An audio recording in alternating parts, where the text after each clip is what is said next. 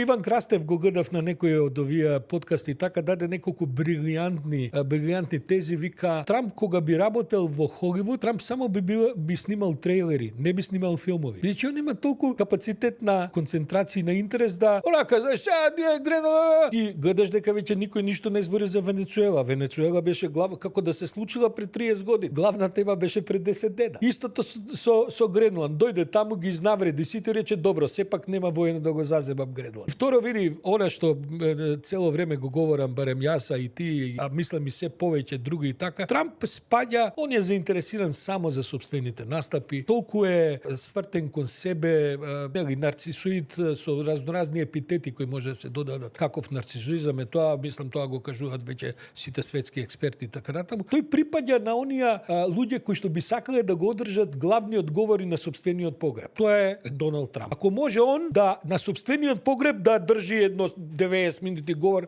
да ги изнавреди сите кои што дошле да го погребат.